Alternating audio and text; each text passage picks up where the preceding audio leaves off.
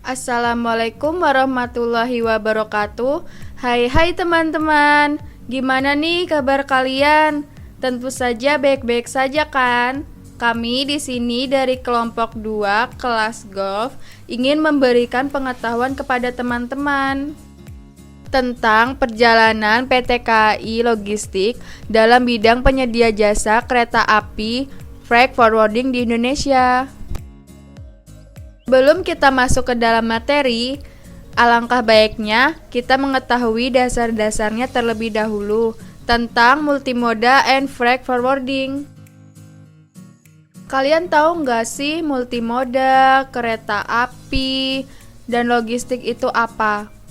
Pasti pada asing kan dari ketiga hal tersebut? Oke, kami jelasin satu persatu ya. Mulai dari multimoda terlebih dahulu ya. Menurut PP nomor 8 tahun 2011, angkutan multimoda adalah angkutan barang dengan menggunakan paling sedikit 2 moda. Angkutan yang berbeda atas dasar satu kontrak sebagai dokumen angkutan multimoda dari satu tempat diterimanya barang oleh badan usaha angkutan multimoda ke suatu tempat yang ditentukan untuk penyerahan barang kepada penerima barang angkutan multimoda. Selanjutnya, kereta api adalah sarana transportasi berupa kendaraan dengan tenaga gerak, baik berjalan sendiri maupun dirangkaikan dengan kendaraan lainnya, yang akan ataupun sedang bergerak di rel. Kereta api merupakan alat transportasi massal yang umumnya terdiri dari lokomotif atau kendaraan dengan tenaga gerak yang berjalan sendiri, dan rangkaian kereta atau gerbong.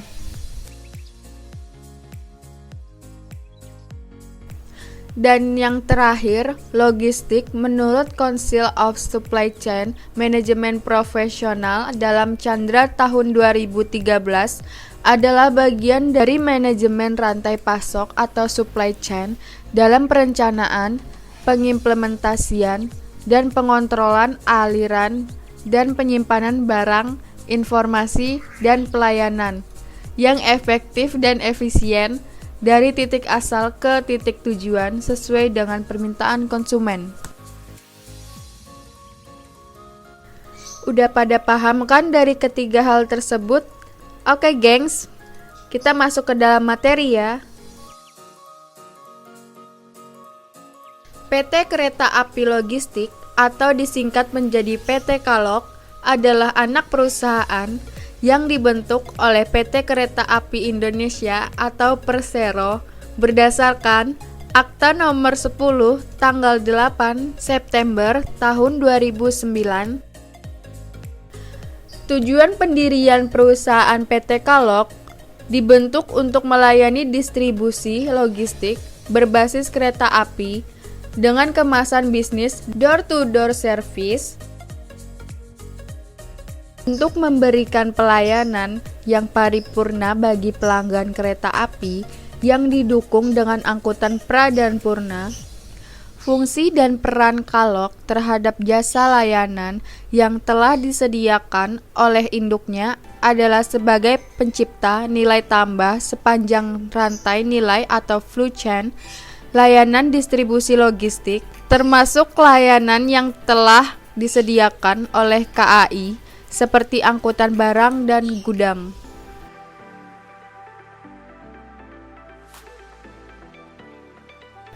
Jaringan angkutan barang PT KAI Logistik berfokus pada 2 pulau, yaitu Pulau Sumatera dan Pulau Jawa. Berikut ini merupakan jaringan-jaringannya.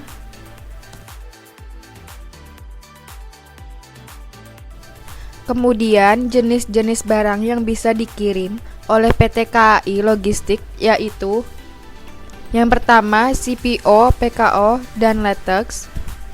Yang kedua peti kemas atau kontainer. Yang ketiga general cargo. Yang keempat pulp and paper. Yang kelima komoditi semen. Yang keenam bahan bakar minyak. Yang ketujuh pupuk. Yang ke-8 baja koil, yang ke-9 galon air mineral, yang ke-10 kendaraan, yang ke-11 batu bara, yang ke-12 limbah B3,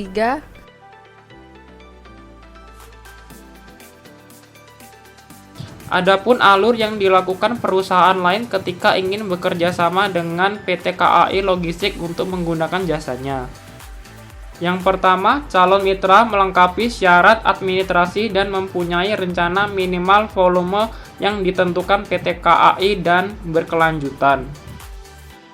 Syarat administrasi meliputi yang pertama, akte pendirian perusahaan, yang kedua, pengesahan akta pendirian perseroan terbatas oleh Menteri Hukum dan HAM RI, yang ketiga, akta anggaran dasar perusahaan terbaru, yang keempat, pengesahan akta anggaran dasar perseroan terbatas oleh Menteri Hukum dan HAM RI, yang kelima, akta perubahan susunan kepengurusan terbaru, yang keenam, pengesahan akta perubahan susunan kepengurusan perseroan terbatas oleh Menteri Hukum dan HAM RI, yang ketujuh, SIUP atau surat izin pengusahaan, yang kedelapan, TDP atau tanda daftar perusahaan dan surat keterangan domisili perusahaan atau SKDP, yang kesembilan, NPWP perusahaan, dan yang terakhir, fotokopi KTP perwakilan dari perusahaan. Kemudian khusus komoditi hasil tambang, maka diperlukan tambahan data sebagai berikut. Yang pertama, IUP atau izin usaha pertambangan, dan yang kedua, kuasa tambang dan lokasi tambang. Setelah perusahaan melengkapi syarat administrasi, maka akan dilakukan negosiasi perhitungan tarif, target angkutan, dan kebutuhan pra-angkutan. Jika negosiasi tersebut tidak disetujui oleh kedua pihak, maka proses kerjasama tersebut akan di-stop. Dan jika negosiasi tersebut disetujui oleh kedua pihak, maka proses kerjasama akan dilanjutkan ke pembuatan perjanjian kerjasama angkutan dan persiapan rencana angkutan. Kemudian mitra angkutan melakukan kewajiban pembayaran angkutan melalui bank yang ditunjuk. Setelah pembayaran lunas, maka pengiriman muatan dari pabrik atau tempat asal muatan ke stasiun awal yang menjadi kewajiban mitra angkutan. Setelah sampai di stasiun, maka proses bongkar muat dari truk ke kereta api di stasiun awal yang menjadi kewajiban mitra angkutan. Kemudian, pengiriman angkutan oleh PT KAI dari stasiun awal ke stasiun tujuan. Sesampainya di stasiun tujuan, maka akan terjadi proses muat dari kereta api ke truk di stasiun tujuan yang menjadi kewajiban mitra angkutan. Kemudian pengiriman muatan dari stasiun tujuan ke pabrik atau tempat tujuan muatan yang menjadi kewajiban mitra angkutan. Kemudian, dokumen-dokumen yang dipersiapkan pihak pengirim yaitu yang pertama ada invoice, packing list, shipping instruction, dan airway bill. Kalian tahu nggak inventaris yang dimiliki PT KAI Logistik itu apa aja? Pasti belum pada tahu kan? Kami sebutin ya inventarinya apa aja. Yang pertama, PT KAI Logistik memiliki warehouse. Yang kedua, terminal barang. Yang ketiga, lokomotif dan gerbong. Yang keempat, maintenance lokomotif dan gerbong. Adapun barang atau dokumen yang dilarang untuk dikirim. Yang pertama, surat atau dokumen berharga. Yang kedua, uang tunai. Yang ketiga, perhiasan dan sejenis lainnya. Yang keempat, barang berbahaya dan mudah meledak, beracun, dapat menimbulkan percikan api, dan dapat merusak barang lainnya. Yang kelima, barang yang mengandung psikotropika dan narkotika. Dan yang terakhir, barang atau dokumen cetakan foto dan barang lainnya yang dapat melanggar aturan kesusilaan atau pornografi.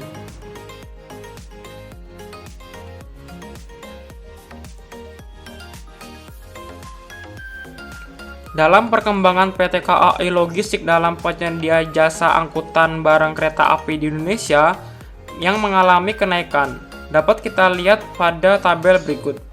Data ini kami ambil langsung dari laporan tahunan dari PT KAI Logistik itu sendiri. Jika kita lihat baik-baik, hampir semua sektor mengalami kenaikan dari tahun ke tahun. Ini membuktikan bahwa PT KAI mengalami perkembangan. Namun, perkembangan ini terbilang lambat dengan perkembangan angkutan barang via udara yang berkembang sangat pesat.